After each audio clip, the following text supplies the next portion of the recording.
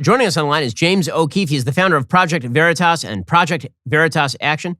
He founded those after he'd pulled off some of the most consequential undercover journalism coups in a generation. Of course, he's become target number one for the so-called journalismers, all of the journalists who spend their days Jim Acosta-ing all over themselves.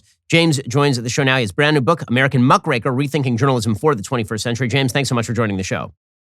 Ben, great to be with you. Okay, so let's talk about the way that the journalistic establishment treats the kind of stuff that you do. It really is kind of amazing. You've broken an enormous number of stories over the past few years. I mean, going back basically a decade at this point. I remember when you first walked into Andrew Breitbart's office with tape from Acorn. I remember being there when that happened. It's been a long time since you started off here, and you've broken an enormous number of consequential stories that have generated legislation and they've generated national response. And yet the media treat you as a pariah. They suggest that you are not, in fact, engaged in journalism. Why the gap?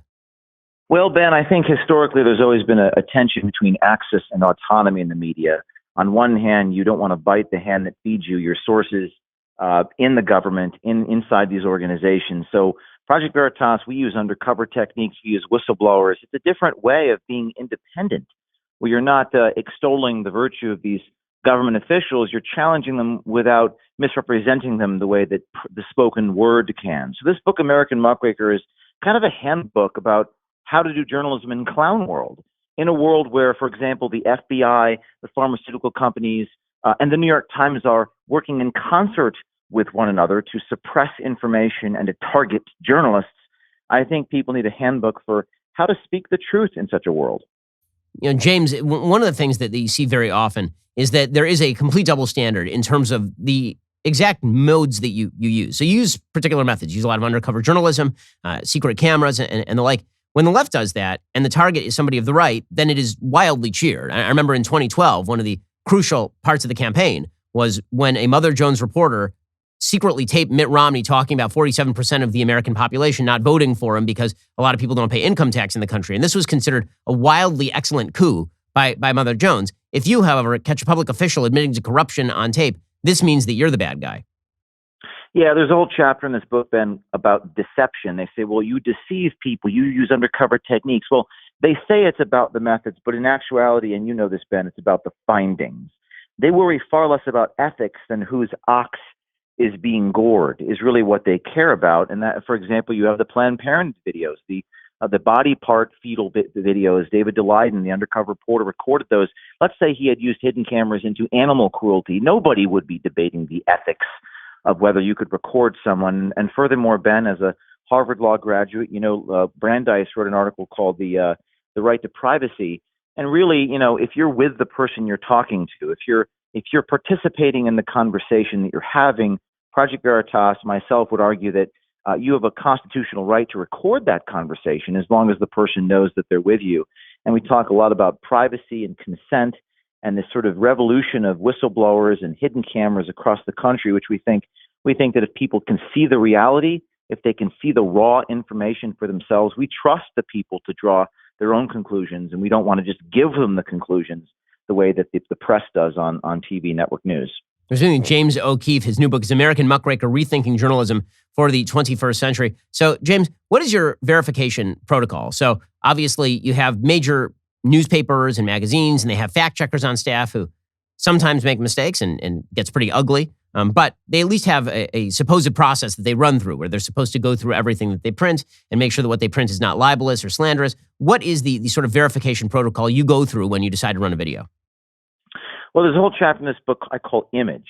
And in this chapter of American Muckraker, I talk about that precise thing. We believe in this idea of participation observation journalism. It's pretty straightforward. It enables a reporter to see and hear things with his own eyes and ears, and that is a virtue. And given that accuracy is journalism's most fundamental objective, it's an extremely important virtue and one that should not be, sacrificed to a rigid rule against deception. So to answer your question is, oftentimes I don't ask you to trust me. I give you the information, you could see it for yourselves. Last week it was documents inside the Defense Department, or it's a recording of someone. And you might say, well, how do we know the people who are saying the thing in the recording are telling the truth? And we do talk to as many sources as we need to talk to confirm that the thing is happening, but oftentimes it's aesthetically true. The people did make those statements, they're caught on tape, And when we look at the Washington Post and someone like Jacob Bagage, the Washington Post, who says, well, we're credible journalists. Well, they're asking you to trust them by virtue of their own decree that they are indeed credible. So it's a self-anointed racket. We don't ask you to trust me because I'm credible. We ask you to trust the evidence of your eyes and ears. And as we know from George Orwell's 1984, that the party asks you to reject the evidence of your eyes and ears. And that's really the problem we have. So I think it's this whole idea of first-person participant observation journalism, where the viewer can see the evidence for themselves. Alrighty, folks, more with James O'Keefe in just one moment. First, let me just tell you about the best knives on the market. I'm talking about Kamikoto knives. They're so good, I didn't even bring them back for the ad. They're just that good. I literally use them every single day.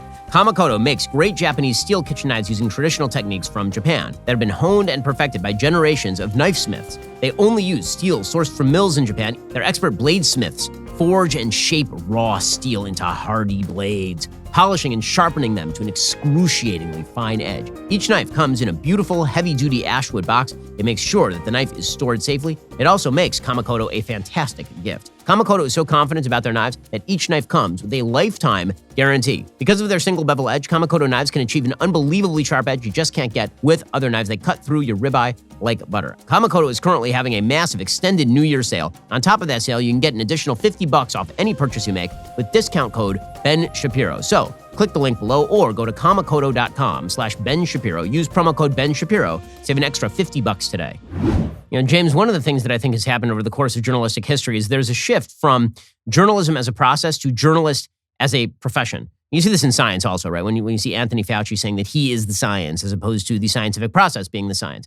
The process of journalism, which really was sort of initiated by Walter Lippmann in the early 20th century, the idea was that you go through particular protocols and that if you do these particular things, at the end of the day, what you will come up with is a story that is verifiable and journalistic. And instead, what happened is that a professional cadre of journalists started going to journalism school. And because they had a credential, the idea was that somehow they were now more reliable and verifiable. And you see the effects of this. So just in the last 36 hours, you had Nina Totenberg from NPR report a story about the Supreme Court. She suggested that Chief Justice John Roberts told Neil Gorsuch and the other members of the court they had to mask up because Sonia Sotomayor is a diabetic, and that he had refused to mask up because he doesn't care, essentially, if Sonia Sotomayor gets COVID and dies. And the entire Supreme Court denies this. Roberts denies it. Sotomayor denies this. Gorsuch, they all deny it. And NPR is standing by it because the idea is that Nina Totenberg is a good reporter. She's a good journalist. And because she's a journalist, we don't have to actually determine whether this was an act of journalism. She has the title, and that's all that matters. Meanwhile, you, James, you're not a journalist, so you should not be given the same protections as other journalists,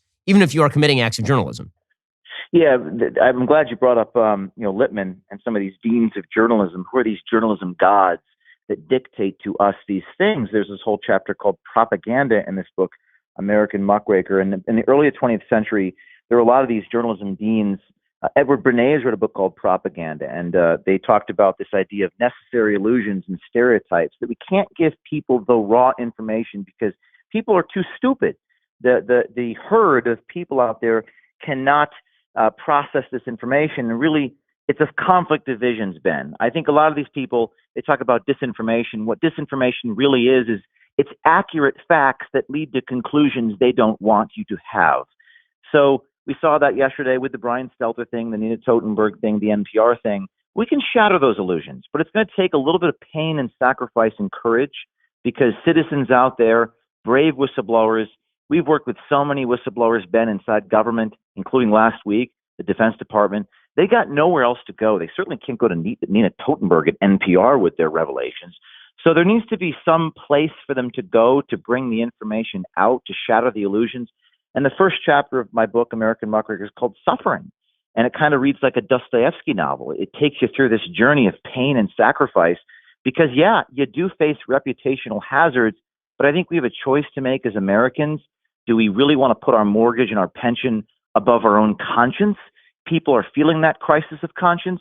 And I've written a book that hopefully appeals to the average man, because I think it's going to take normal, everyday, honest, hardworking Americans to shine a light on what's going on inside their institutions.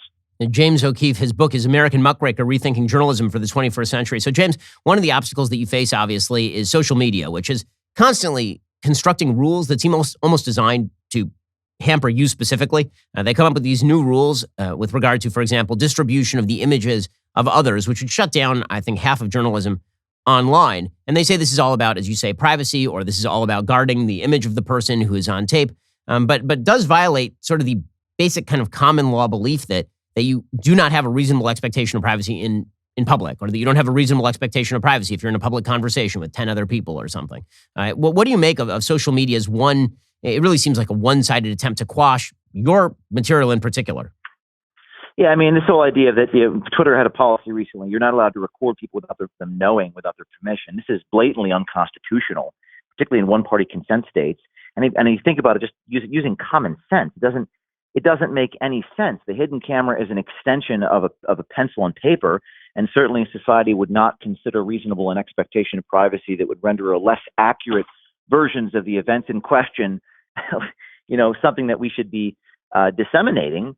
So we would argue that policy is trying to control the dissemination of images and reality, and whether it's police officers in a riot, whether it's what we do. It's an unconstitutional argument. Ben, you're an attorney. We've been to court so many times, and we keep winning these lawsuits because these arguments break down in court. They break down as basic logic. Recording someone doesn't violate their privacy. If you're with the person, it might violate their sense of dignity to control the dissemination of their own image, but it's not a violation of their privacy. It's not a type of entrapment. It's not even deceiving them.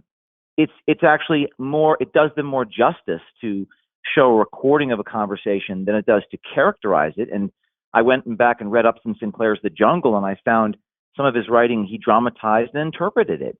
So when you can see it with your own eyes and ears, again, it goes back to this idea of reality, and things are not as they seem and rarely as they should be, to quote the late Mike Wallace.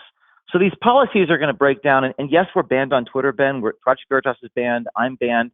But the story we did about the Pentagon Papers last week, specifically the DARPA documents that showed Anthony Fauci was potentially lying under oath, those documents were the number one trending story on Twitter, even though I was banned. So we believe that content is king. If this story is strong enough, it will diffuse its way into all the mediums and media. And I think people need to focus on getting those strong content stories rather than just complaining about the censorship. James OKeefe's new book is American Muckraker, Rethinking Journalism for the 21st Century. So final question for you, James. One of the questions that I get most often, because I'm lucky, I have a really fun job. I get to commentate on politics all day and give my opinions on it. But one of the questions I get asked most often is, how do you get into the industry? So there are a lot of people who look at the stuff that you do and the difference that you're making. They say, how do I get into doing that? So what's your advice for a young person who's looking to break stories? What's your advice for somebody who wants to get into the political journalism industry?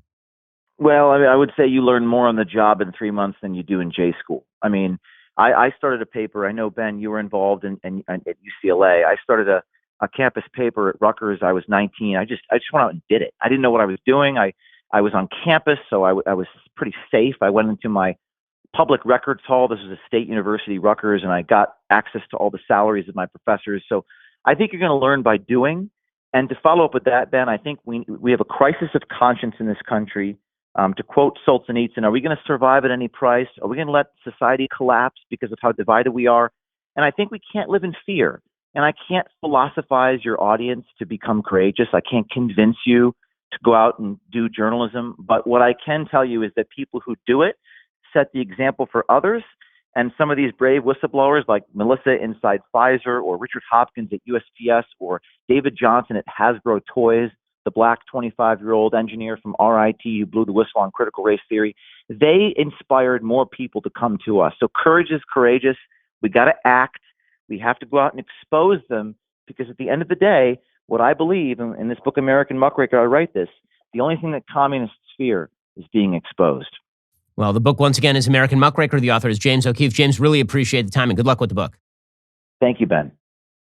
I hope you enjoyed that clip from The Ben Shapiro Show. If you did, go ahead and hit that subscribe button so you stay up to date with all our future content.